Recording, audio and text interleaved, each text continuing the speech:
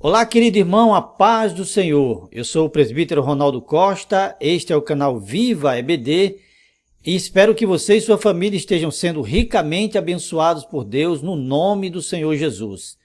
Quero iniciar esse vídeo pedindo perdão aos irmãos que sempre nos acompanham aqui no canal por não ter tido condições de, a semana passada, produzir o vídeo referente à 13ª lição do terceiro trimestre de 2020. Por conta das minhas atividades na área secular e também na congregação onde trabalho como dirigente, eu não pude produzir o vídeo.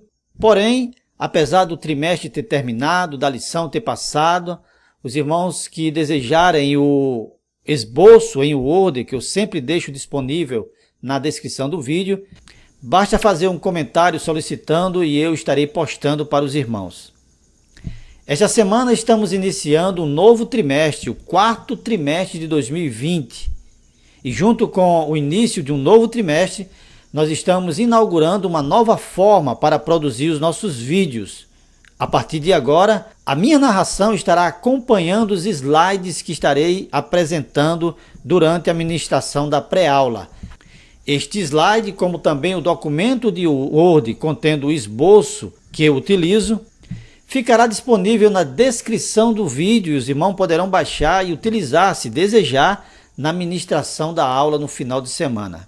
Quero pedir a você que deixe um comentário nos informando o que achou do novo formato, da nova forma de produzir os vídeos, se está bom, se precisa melhorar. A sua opinião é muito importante para nós.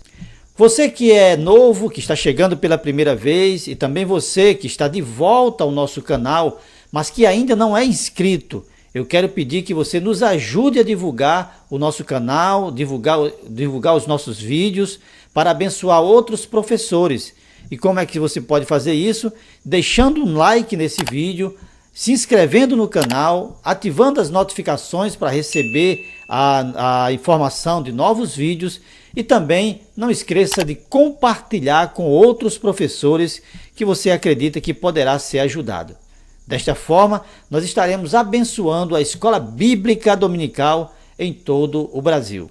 Como informei aos irmãos, estamos iniciando um novo trimestre. E nesse trimestre, quarto trimestre de 2020, nós iremos estudar sobre o livro de Jó.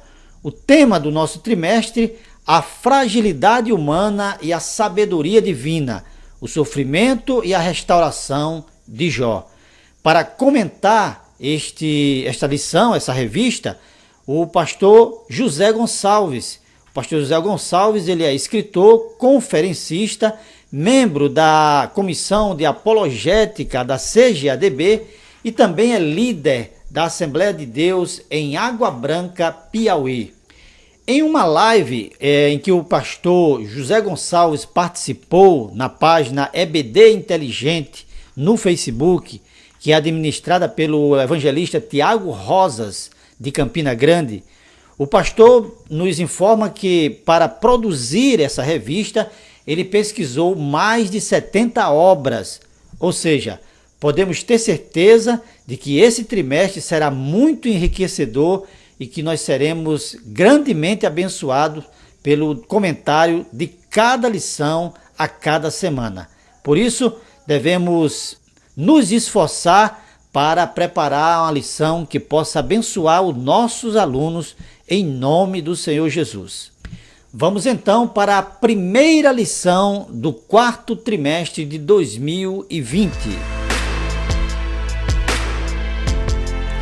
Como sempre acontece quando nós vamos estudar um livro bíblico, a primeira lição do trimestre tem sempre um caráter introdutório. E é o que acontece nessa primeira lição desse quarto trimestre de 2020. O tema da lição, o livro de Jó. O texto áureo, eis que temos por bem-aventurados os que o sofreram. Ouviste qual foi a paciência de Jó, e viste o fim que o Senhor lhe deu. Porque o Senhor é muito misericordioso e piedoso. Tiago, capítulo 5, versículo 11. Segundo a maioria dos comentaristas bíblicos, a palavra traduzida por paciência nesse texto seria melhor interpretada por perseverança ou resistência. já que durante o livro de Jó, a narrativa do livro de Jó, nós encontramos Jó agindo como um homem que realmente está sem paciência em meio às suas tribulações. Por exemplo, o capítulo 3, nós temos o primeiro discurso de Jó, um discurso muito inflamado, onde ele amaldiçoa o dia em que nasceu. No capítulo 13 de Jó, Jó diz que Deus o tem como seu inimigo. E nós podemos ver pelo menos 16 vezes Jó perguntando o porquê da sua dor, da sua agonia, do seu sofrimento. Portanto, de fato, a palavra paciência poderia muito bem ser interpretada como perseverança ou resistência. É perseverar em todas as provações sem perder a fé em Deus, segundo o comentário da Bíblia Pentecostal. A leitura bíblica em classe se encontra em 2 Timóteo capítulo 3, versículo 16, Ezequiel capítulo 14, versículo 14, 19 e 20 e também Tiago capítulo 5, versículo 11. Vamos ler 2 Timóteo capítulo 3, versículo 16. Toda a escritura é divinamente inspirada e proveitosa para ensinar, para repreender, para corrigir, para instruir em justiça.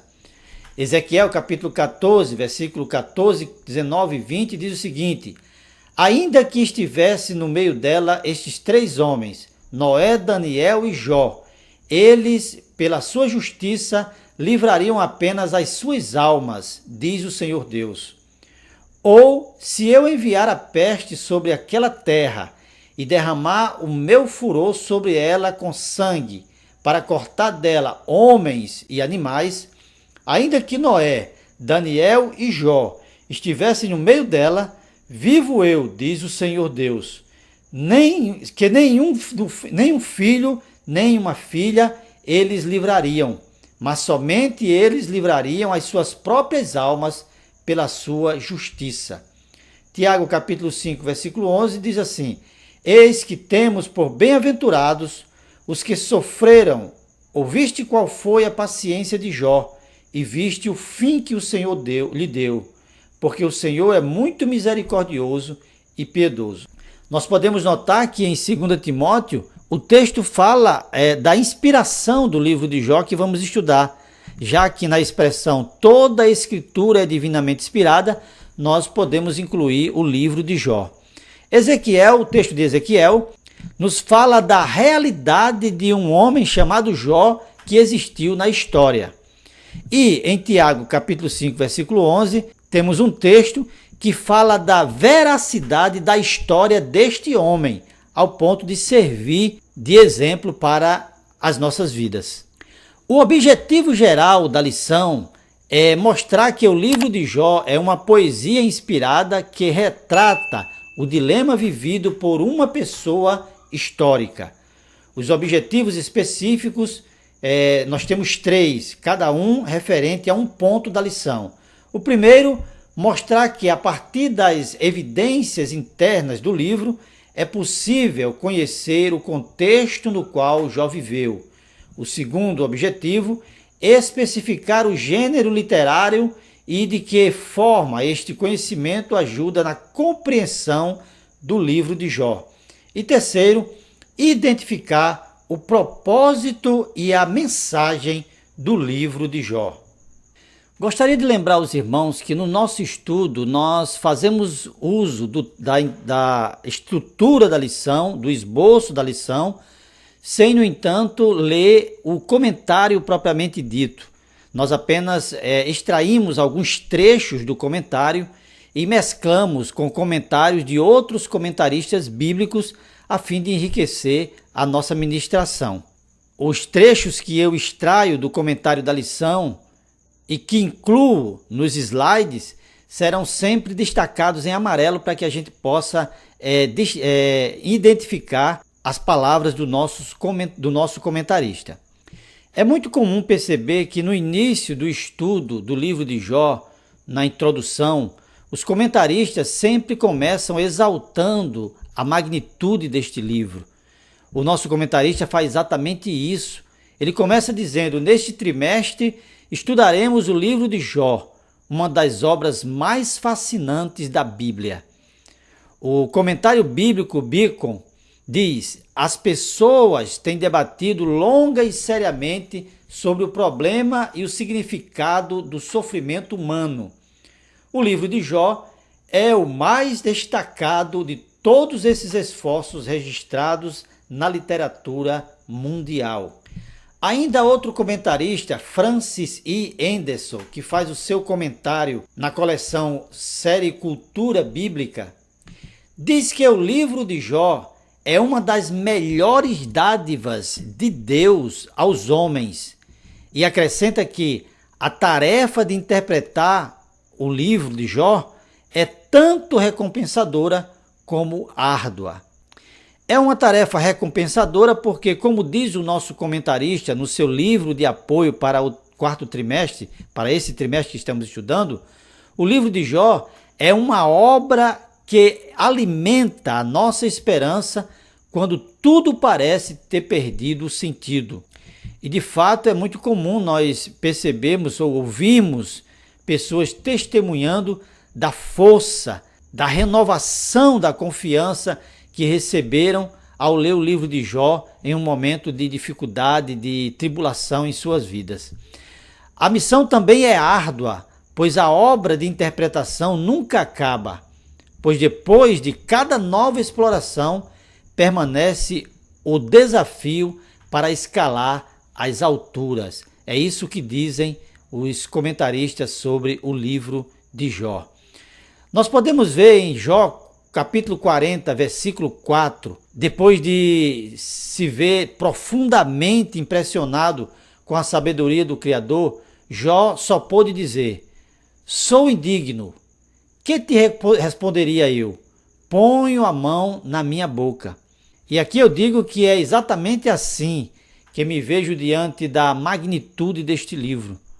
Magnitude testemunhada por eruditos piedosos que humildemente, depois de se debruçarem diante desta obra, concluem que o livro de Jó é um poço profundo e que a nossa corda é muito curta. No entanto, eu quero reafirmar que acredito que Deus usará de forma poderosa os comentários do pastor José Gonçalves para nos dar de beber desta água cristalina que é o livro de Jó. Vamos ao ponto número 1. Autoria, local e data do livro de Jó.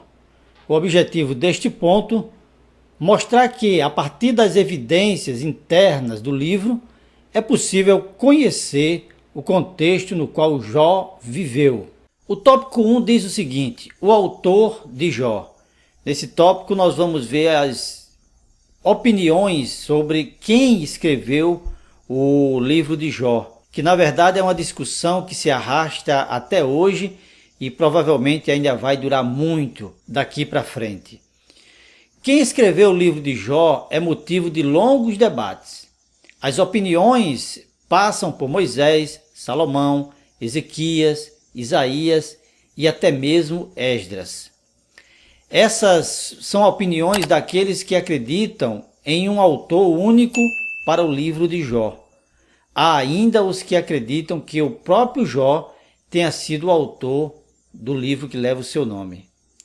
Na verdade, não existe evidências internas no livro ou em toda a Bíblia que possa nos dar uma pista de quem realmente escreveu o livro, apenas suposições.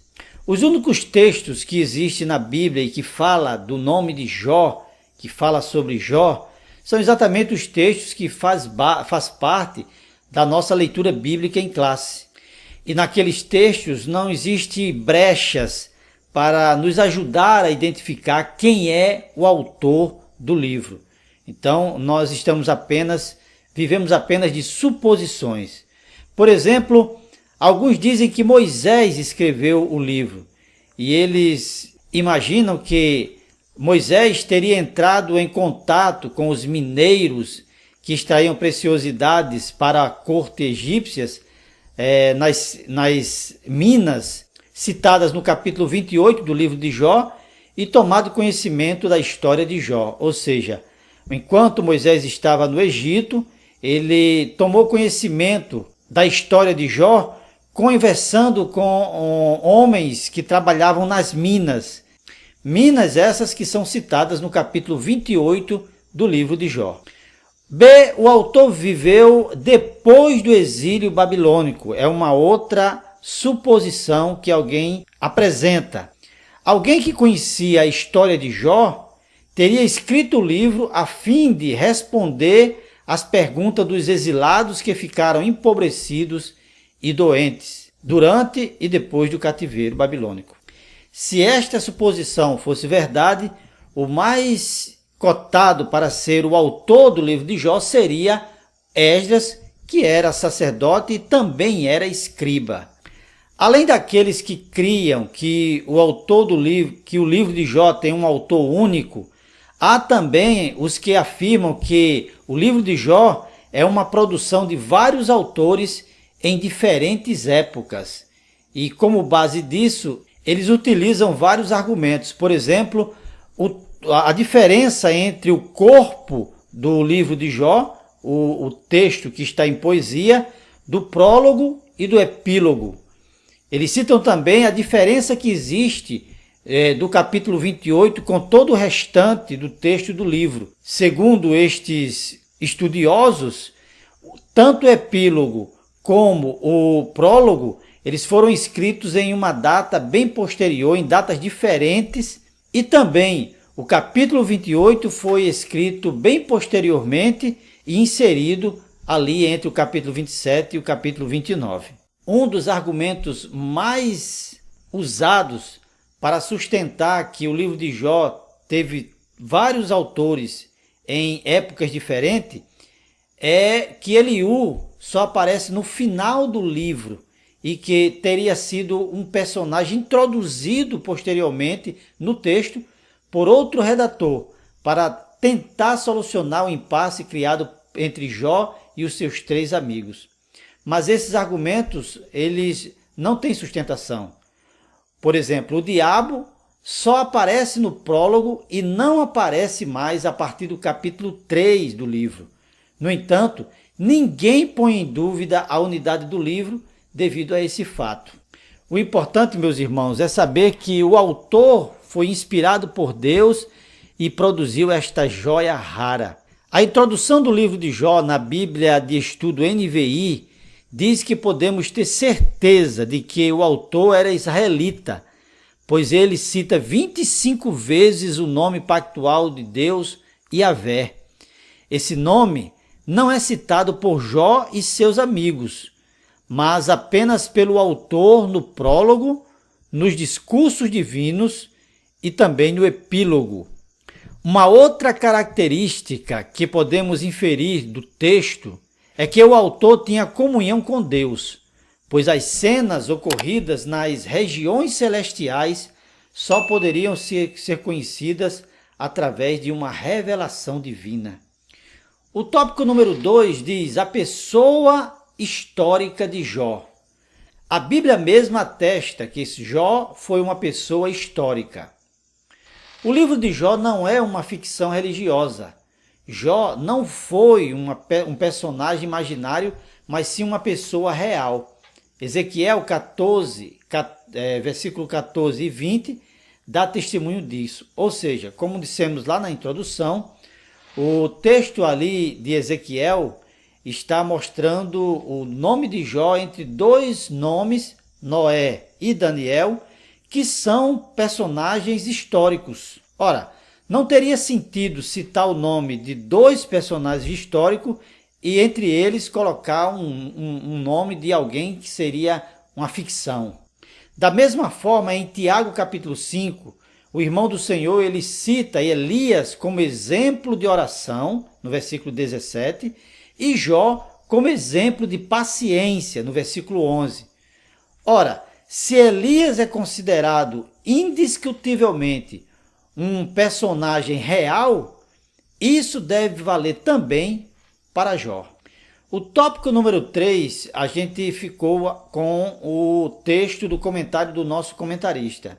Já no início do seu texto, o livro de Jó destaca que ele era da terra de Uz. Como Jó, Uz era uma terra real. Os comentaristas situam Uz ao sul de Edom e a oeste do deserto da Arábia, se estendendo a leste, indo até a Babilônia.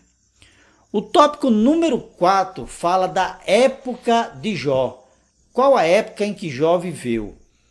Segundo o nosso comentarista, a maioria dos comentaristas situa os fatos narrados no livro de Jó dentro do período patriarcal de Abraão, Isaque e Jacó. Essa opinião é a mais aceita por todos os leitores de Jó. Dentre outros, alguns fatos contribuem para esse entendimento. Primeiro, Jó era o sacerdote da sua própria casa. O sacerdócio como instituição ainda não havia sido, ou seja, ainda não existia. E o ofício sacerdotal ainda não havia sido oficializado, somente na lei ele foi oficializado. E quando Jó age como sacerdote da sua família, ele está agindo exatamente como Abraão, por exemplo, agia na época em que viveu. B. As filhas de Jó eram co-herdeiras juntamente com seus irmãos, o que não era permitido pela lei mosaica. E aí você pode ler o texto de Números capítulo 27, versículo 8. Letra C. A palavra hebraica quesittá, traduzida como uma peça de dinheiro, só aparece em outras duas ocasiões na Bíblia. Uma em Gênesis, capítulo 33, versículo 19, e a outra em Josué, capítulo 24, versículo 32. Na letra D, temos o seguinte argumento em favor da opinião de que Jó viveu na época dos patriarcas. Os antigos nomes divinos, El, Eloá e Shaddai, são usados na maior parte do livro. A letra E, as posses de Jó se parecem muito com as posses dos patriarcas, e seu tempo de vida é comparável ao deles. Jó capítulo 42, versículo 16, vai dizer que após a provação que ele passou, ele viveu ainda 140 anos. Além do mais, Jó não faz menção de algum evento histórico que pudesse estar na mente de um israelita, como a chamada de Abraão, o êxodo, a conquista de Canaã, o exílio, nem de elementos importantes na história de Israel, como a monarquia, o templo e também os profetas. Então, tudo isso comunga para que venhamos a entender que, de fato, Jó viveu na época dos patriarcas. O ponto número 2 da nossa lição diz o seguinte: estrutura literária do livro de Jó. O objetivo deste ponto é especificar o gênero literário e de que forma este conhecimento ajuda na compreensão do livro de Jó. Para o nosso auxílio, eu preparei um pequeno glossário de algumas palavras que são usadas neste ponto, como prosa, prólogo, epílogo e sapiência. O primeiro tópico deste segundo ponto diz o seguinte: prosa e poesia.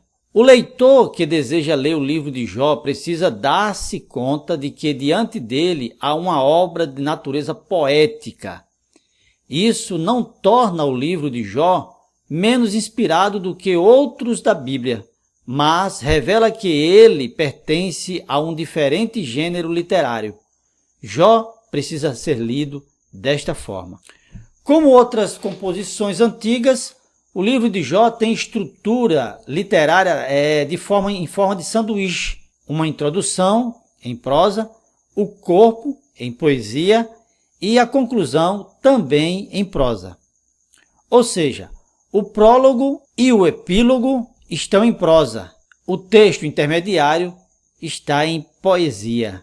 O autor ele foi inspirado a compor o texto dessa forma. Assim, o livro de Jó faz parte dos livros poéticos sapienciais, parte da Bíblia hebraica que Jesus chamou de Salmos, em Lucas capítulo 24 e versículo 44. Lá está escrito o seguinte: a seguir Jesus lhes disse: são estas palavras que eu vos falei, estando ainda convosco. Importava que se cumprisse tudo o que de mim está escrito na lei de Moisés, nos profetas e nos salmos. O livro de Jó se encaixa exatamente nessa parte que Jesus chamou de salmos. O tópico número 2 da nossa lição, você perceberá que o nosso comentarista ele fez um breve esboço do livro de Jó. Eu tomei a liberdade de preparar aqui, baseado na Bíblia de Estudo NVI, um esboço muito bem detalhado, que inclusive você pode utilizar para os seus alunos serem motivados a ler o livro de Jó durante esse trimestre. O ponto número 3, abundância de figuras de linguagem. As figuras de linguagem são usadas para dar mais expressividade às mensagens e textos. A metáfora é a figura de linguagem muito utilizada nos textos poéticos. Ela pode tornar o discurso mais elegante. Segundo o nosso comentarista, é usada quando o autor almeja que seu texto seja colorido ao invés de preto e branco. Além das metáforas citadas pelo comentarista na lição, um exemplo belíssimo está em Jó capítulo 6, versículo 14 até o 23, onde Jó mostra sua decepção com os seus amigos, pois ele esperava que seus amigos aliviassem sua dor com palavras de consolo e ânimo, mas ao invés disso, eles são como ribeiros secos em tempo de calor. No livro também há o recurso estilístico de paralelismo, onde o elemento literário repetem-se na mesma ordem. E aqui eu acrescentei, em relação ao paralelismo existente no livro, é importante saber que no livro de Jó podemos encontrar 3 tipos de paralelismo existente na poesia hebraica. O paralelismo sintético, antitético e sinônimo. Vamos ver aqui alguns exemplos para que nós possamos ter uma noção melhor quando lermos o livro de Jó. Primeiro, o paralelismo sintético. Nesse tipo de paralelismo, uma linha do verso desenvolve e ou enriquece a ideia ou pensamento da linha anterior. Por exemplo, em Jó temos no capítulo 9, versículo 21, na versão NVI, o seguinte texto: conquanto eu seja íntegro, já não me importo comigo, desprezo a minha própria vida. Veja que a terceira lição está enriquecendo a segunda. Já não me importo comigo. Na próxima linha ele dá ênfase a esse pensamento. Desprezo a minha própria vida. Para uma compreensão melhor, vamos ver o Salmo 19, versículo 1. Os céus proclamam a glória de Deus. E a segunda linha vai enriquecer a primeira. E o firmamento anuncia a obra das suas mãos. Letra B, paralelismo antitético. Aqui, a segunda linha do verso faz um contraste com a primeira linha. O contraste entre os dois versos. Vamos ver Jó capítulo 8, versículo 7. O seu começo parecerá modesto, mas o seu futuro será de grande prosperidade. Veja que sempre será utilizada uma conjunção adversativa, nesse caso a palavra mas. Vamos entender melhor agora no Salmos 1, versículo 6. Porque o Senhor conhece o caminho do justo, porém o caminho dos ímpios perecerá. Perceba que existe um contraste no pensamento da primeira linha em relação ao pensamento que está na segunda linha. Esse é o paralelismo antitético. Por último, o paralelismo sinonímico ou sinônimo é o grupo de versos onde a segunda linha repete o pensamento da primeira linha.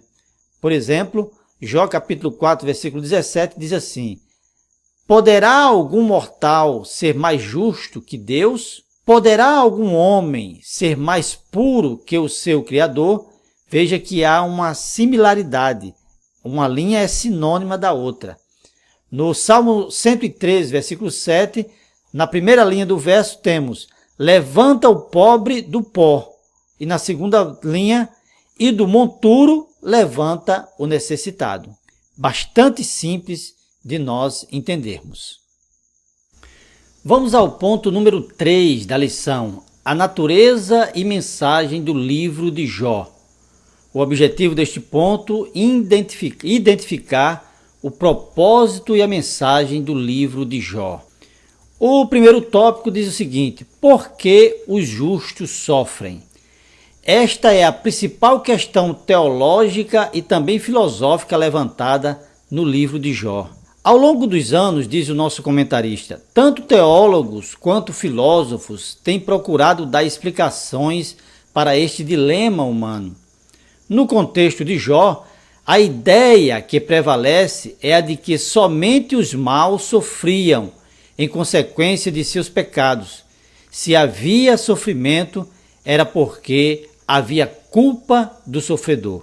É exatamente isso, é exatamente dessa forma que os amigos de Jó tentam solucionar o problema ou tentam responder essa questão do sofrimento humano.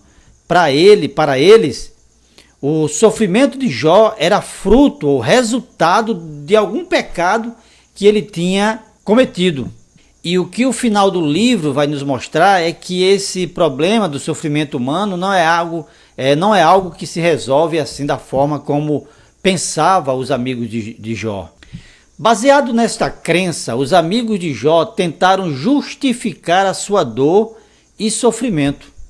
Fizeram o melhor que podiam para aplicar este princípio ao caso de Jó. No entanto, não conseguiram ajudá-lo, e aquilo que disseram foi finalmente declarado inválido pelo próprio Deus.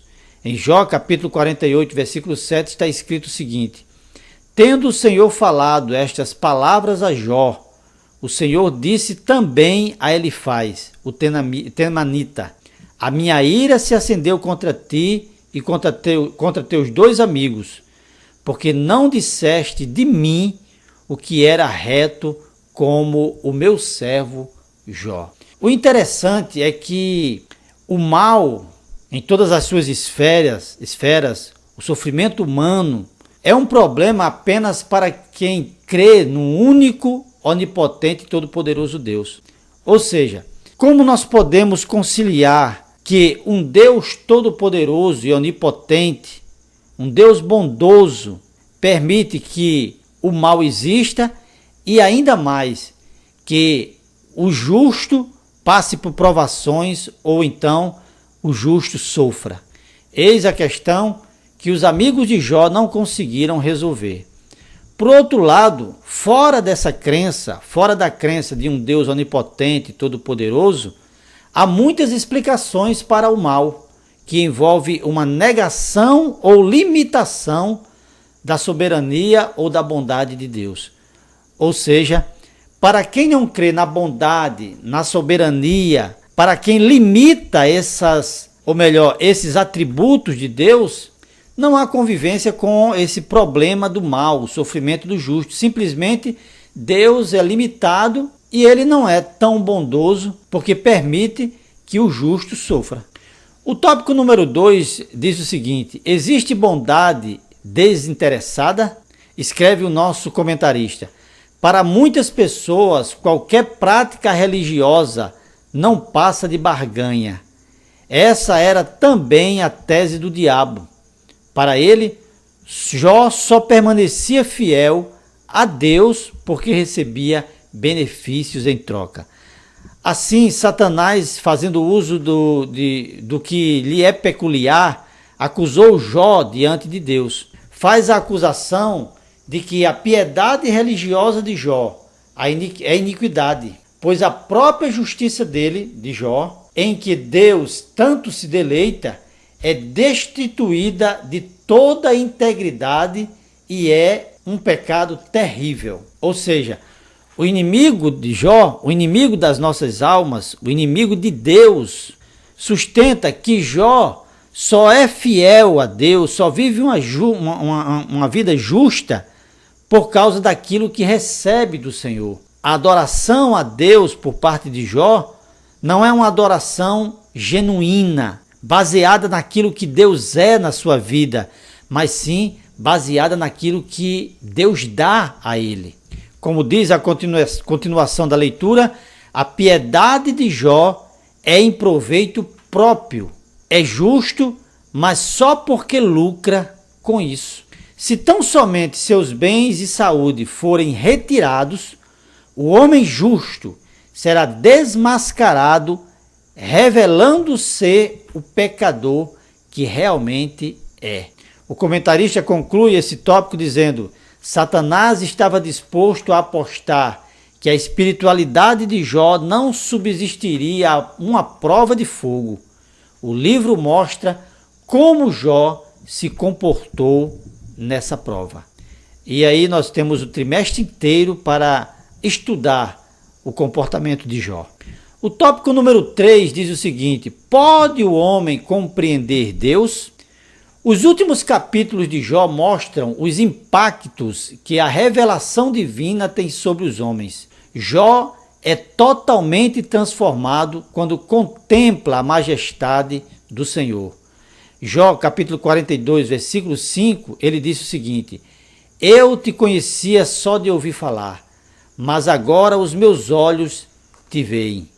Ou seja, quando Deus se revela para Jó, através daquela provação, Jó percebe que, apesar de ser temente ao Senhor, apesar de andar de maneira justa, apesar de sacrificar e adorar o Deus Todo-Poderoso, não conhecia Deus como agora, porque agora ele havia experimentado a bondade e a grandeza desse Deus Todo-Poderoso. A questão para Jó não foi tanto entender Deus, mas experimentá-lo. Viver e experienciar Deus mudou completamente a vida de Jó. Eis uma grande lição deixada por este precioso livro. A lição é de que Deus deve ser, e Ele quer ser, conhecido não apenas pelo que Ele revelou de si mesmo através da natureza, que é a revelação natural de Deus, e das Escrituras, que os teólogos chamam de revelação especial. Precisamos experimentá-lo no nosso dia a dia. No entanto, mesmo vivendo toda a experiência possível num relacionamento com Deus, jamais o compreenderemos na sua totalidade. Nem mesmo no céu alcançaremos tal compreensão, pois mesmo lá nós continuaremos sendo criaturas e Ele continuará sendo Criador. A Ele toda glória, toda honra e todo louvor. Na nossa conclusão, ficamos com as palavras do nosso comentarista. Nessa lição, apresentamos algumas informações básicas sobre o contexto histórico e literário de Jó. Quanto ao seu gênero, o livro é de natureza poética. Isso é importante para a compreensão da própria estrutura como o livro foi organizado. Vimos que o livro apresenta princípios teológicos que transcendem o espaço e o tempo. Esses princípios são para todas as épocas e culturas. O que é demonstrado é que o conhecimento de Deus é o anseio de todo ser humano. Meus queridos irmãos, chegamos ao final dessa primeira lição desse trimestre e eu quero agradecer a você que manteve-se conosco até esse ponto da lição e pedir a sua ajuda para que o nosso canal cresça e alcance outros professores. Como disse no início, peço que você deixe um like para esse vídeo, que você se inscreva no nosso canal, ative as notificações e também não esqueça de compartilhar este vídeo com outros professores. Que Deus abençoe a sua vida, Deus abençoe a sua família e até a próxima semana, em nome do Senhor Jesus.